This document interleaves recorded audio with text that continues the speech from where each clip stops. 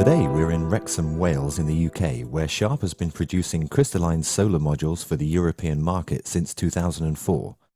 Here the factory manager, Mr. Butler, will explain photovoltaics and solar module production to us. As you can see, we manufacture photovoltaic modules. I'm very pleased to have you here today so I can explain how photovoltaics work.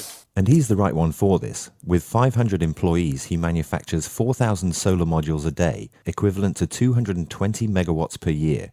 The raw material used in solar cells is silicon, which is produced from quartz sand.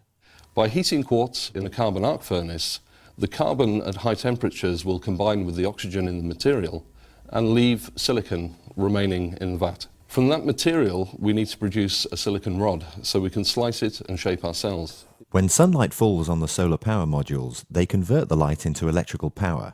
Light photons liberate electrons in the silicon cell, which then generate electricity. Photons hitting the surface of our cell will unbalance the electrons and knock them loose, creating a negatively charged area at the top of the cell.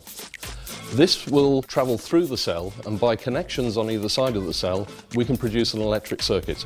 To get electricity to flow through our silicon, boron is added to the original material and phosphor is applied to the front surface of the cell. And how is a solar module made from individual cells? The next stage in our process is to join each cell together to produce a string of cells. Each cell itself is effectively a half-volt battery. Joining them together will increase the voltage in a similar way that you would put batteries in a torch. The strings of cells are then joined together to form a matrix. The matrix is then laminated onto the glass with a protective, weather-resistant backfilm. Since 2005, Sharp has also been producing thin film cells in Japan, which save on raw material. Production involves depositing a 2 micrometer thin silicon layer on glass using a vapor process. This method uses 1/100th of the silicon required to produce crystalline cells. Once finished, the modules are packed and sent out to end customers via distributors throughout Europe, the world's largest solar power market.